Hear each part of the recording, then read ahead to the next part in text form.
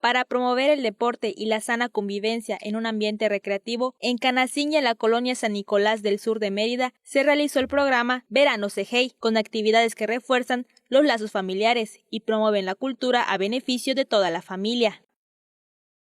Las actividades enmarcadas en el programa vacacional ofrece espacios y servicios educativos a la niñez y a familias de 25 colonias de Mérida y 25 municipios. Cientos de personas asistieron al campo deportivo Alfonso Palma Carrillo de Canacín para disfrutar del rally familiar con diversidad de juegos, como carrera de gallos, sacos, pasa la bola, relevos, atinarle al blanco y bolitoalla. El titular de la CEGEI, Liborio Vidal Aguilar, resaltó la importancia de las actividades enfocadas a la unión familiar, la sana convivencia y el desarrollo de actividades que aporten diversión y educación en verano. Luego, en la colonia San Nicolás del sur de Mérida, se realizaron actividades deportivas, artísticas, recreativas, así como de amplio catálogo de servicios que diversas instituciones ofrecieron al público en general.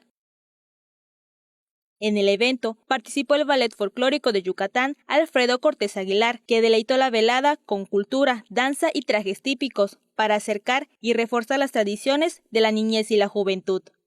Teleyucatán te informa.